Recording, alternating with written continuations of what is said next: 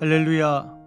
성결한 삶을 위하여 1월 7일 토요일입니다. 오늘 묵상하실 하나님의 말씀은 요한복음 4장 4절로 9절 말씀입니다. 4절 말씀 봉독하겠습니다. 사마리아를 통과하여야 하겠는지라. 구원받아야 할 영혼이란 제목으로 오늘의 말씀을 함께 묵상하시겠습니다. 살다 보면 가야 하는 길이 있고 가서는 안 되는 길이 있습니다. 이 길을 선택하는 데 있어서 가장 중요한 것은 마음입니다. 예수님은 유대를 떠나 갈릴리로 이동하십니다. 그런데 예수님께서는 가서는 안 되는 길로 가십니다. 당시 유대에서 갈릴리로 가는 길은 여리고에서 요단강을 건너 요단강 동쪽으로 올라가는 길입니다. 그리고 벳삿이라는 곳에서 다시 요단강을 건너 갈릴리 서쪽 지역으로 가는 길이었습니다.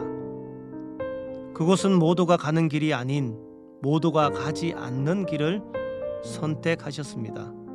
그 이유는 그곳에서 만나야 할 사람이 있었기 때문입니다. 바로 사마리아에 있는 수가성의 한 여인이었습니다. 예수님은 이 여인을 만나기 위해 감수해야 할 사항들이 있었습니다.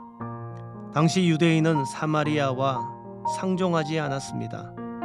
여기서 상종하다라는 말은 함께 사용하다라는 의미를 가지고 있습니다.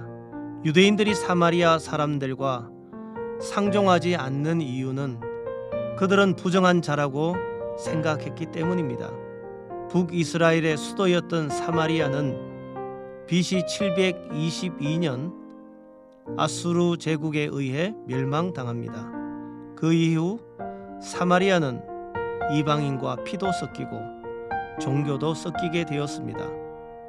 유대인들의 입장에서 사마리아 사람들은 부정한 자였기에 짐승 취급을 하게 되었습니다. 이들과 함께 한다는 것은 나 또한 부정한 자로 여겨진다고 생각했습니다. 그러나 예수님은 사마리아로 가고 계십니다. 요한복음 3장에서 니고데모를 만나셨던 예수님은 4장에서 사마리아의 수가성 여인을 만나십니다. 이 세상 모두는 하나님의 사랑을 받고 예수님을 믿어 영생을 얻어야 하는 자들입니다. 사마리아 역시 이 세상이라는 말씀 안에 포함된 자들입니다. 당시 유대인은 그 누구도 사마리아의 상종 관계를 해결할 수 없었습니다. 아니, 해결하려고 하지 않았습니다. 왜냐하면 그 길은 가서는 안 되는 길이라 단정지었기 때문입니다. 그러나 예수님은 반드시 구원받아야 할 영혼이 있기에 그 길을 가셔야만 했습니다. 구세군의 사명은 예수 그리스도의 복음을 전파하며 그분의 이름으로 차별 없이 그들의 필요를 채워주는 것에 있습니다. 주님은 차별 없이 나에게 오셨습니다. 그리고 차별 없이 그분의 이름으로 필요를 채워주는 사명을 우리에게 주셨다는 것을 기억하며 살아가야 하겠습니다. 기도하겠습니다.